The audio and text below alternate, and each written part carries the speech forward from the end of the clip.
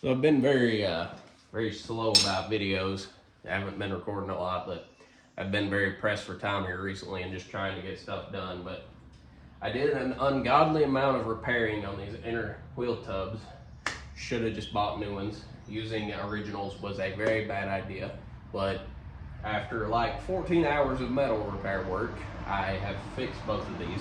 The driver's side one on this set particularly were a manual steering inner fender, and I did not realize that till I had done like all the work fixing it.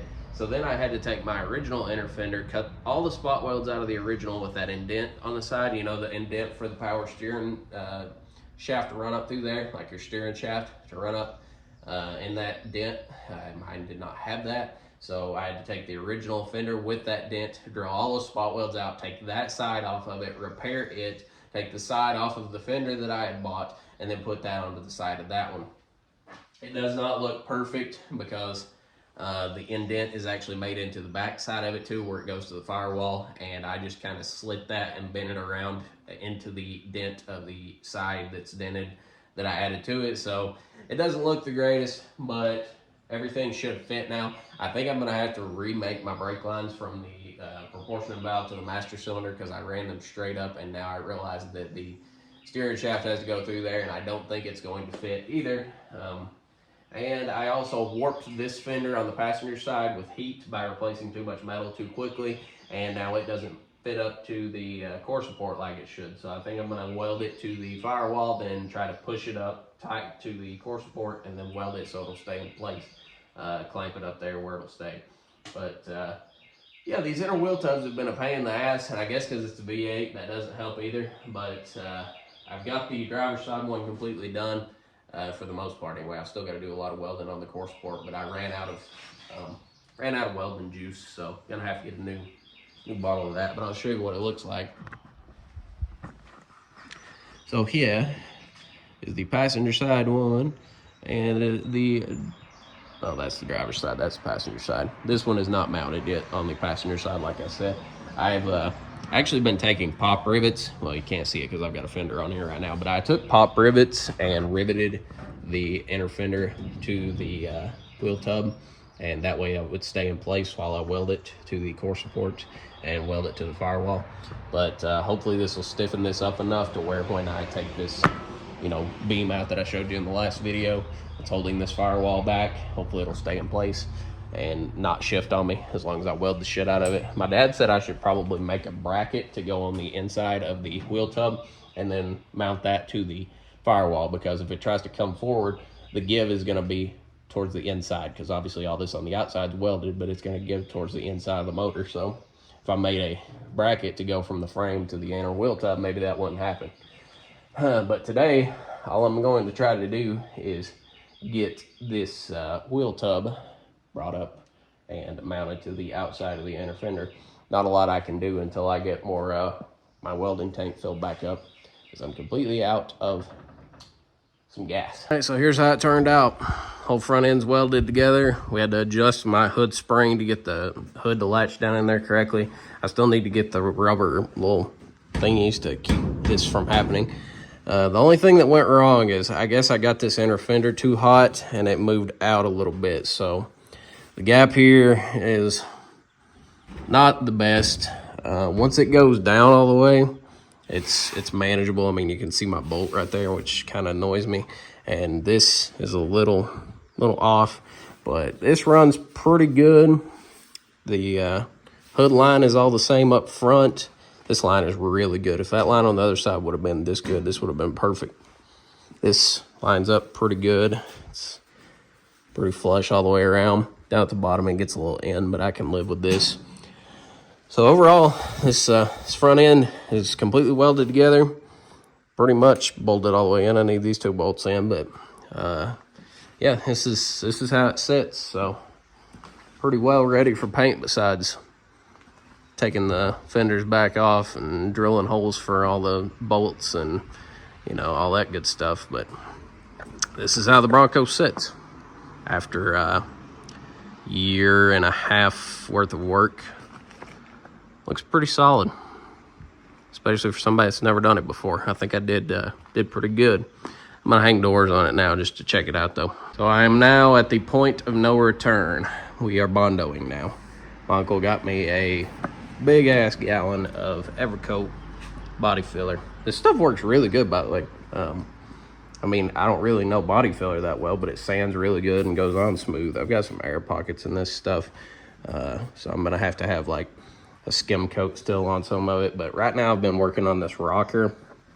This is the original rocker, and the corner was, I had sanded it down originally thinking that my fender alignment was off, and now that I put the fender in correctly, I had to re-add a piece of metal in here because I had took like a quarter off of this rocker. So instead of being 39 and a quarter like the other one over there, I had it at 39. So I added a piece of metal right here, welded it all down the side in here, and then welded all of that full, and then put a thin layer of Bondo right there, which I've got quite a bit going on right here, but I have a low spot right there, and I had a few low spots right here, but I've got it pretty well close. There's just still a low spot right there, so I kind of put that on heavy to bring it down to, you know, level. And over here I had a little dent.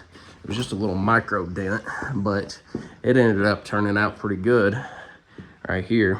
I put a block on the side of it and it runs smooth, so I mean, I don't feel any low or high spots in it. I've never done body filler Bondo work really at all, except a little bit on my truck up there, just where the dash had, somebody had drilled gauge clusters into the dash. Look at my glasses, there's like a haze over them from dust from sanding. My truck, they had drilled holes in the dash and put AutoZone gauge clusters in the dash, so I like took those out and Bondoed it over. And that's like the only Bondo experience I have, so I'm learning on this.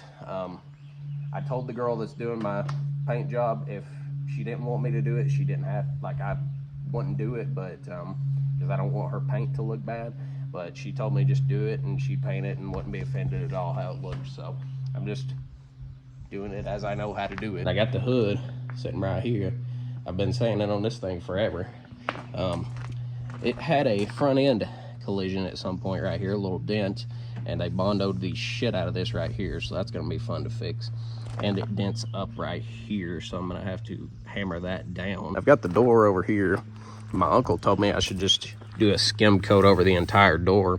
You can see there's a noticeable ding right there, scratches right here. There's some pitting right here, right in there, pitting down here, pitting over here, little right there. So I'm just gonna try to lightly coat this whole thing and get all of that smooth. Here's my first door so far. And I know this looks like a shit ton of Bondo, but I've pretty much took it all the way down to as thin as it can possibly be. I just had so many pores that needed filled, little tiny just pinholes. So I skimmed every bit of the pinholes and I'm just sanding it flat. I had to fill in, there was a good sized dent, remember, right there. I had to refill that back in some because I didn't get it full enough. But I mean, if anybody has tips and stuff on this, I'm more than welcome to hearing them. You know, I'm learning as I go, but I just wanted to fill all those pinholes, and I sanded it with 120 grit hand sander, and now I'm just gonna block the rest of it probably. But yeah, that's pretty much how it looks so far. A lot of this is still gonna get sanded off, but as far as being smooth to the touch, I mean, it feels pretty smooth. And nothing feels, you know, low or high. But then again, you know, once you primer it, you'll see all the low and high spots. So, but yeah, I'm learning. The biggest thing that sucks is having to clean off my stupid board every time to mix more because it gets stuck on there. I went and got some filler sandable primer, and this stuff will show you exactly where your high and low spots are. If you spray it on there, it's going to either be too low, too high where your Bondo is. So we'll see where it is.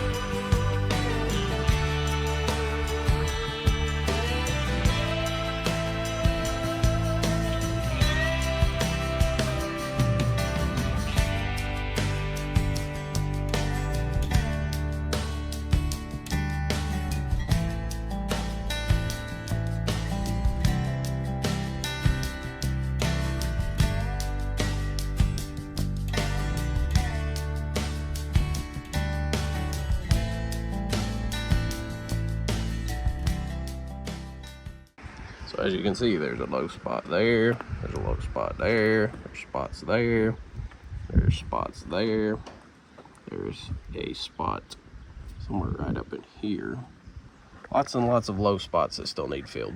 Well, I've spent all day on this door, and it feels slick to the touch, but I have no clue what it would look like with paint on it. I can feel a little bit of a low spot right there still, but I don't have a clue what it would look like with paint on it. Feels slick, but then you throw some paint on it, it'll probably look like absolute hammered dog shit. I got this rocker pretty slick though.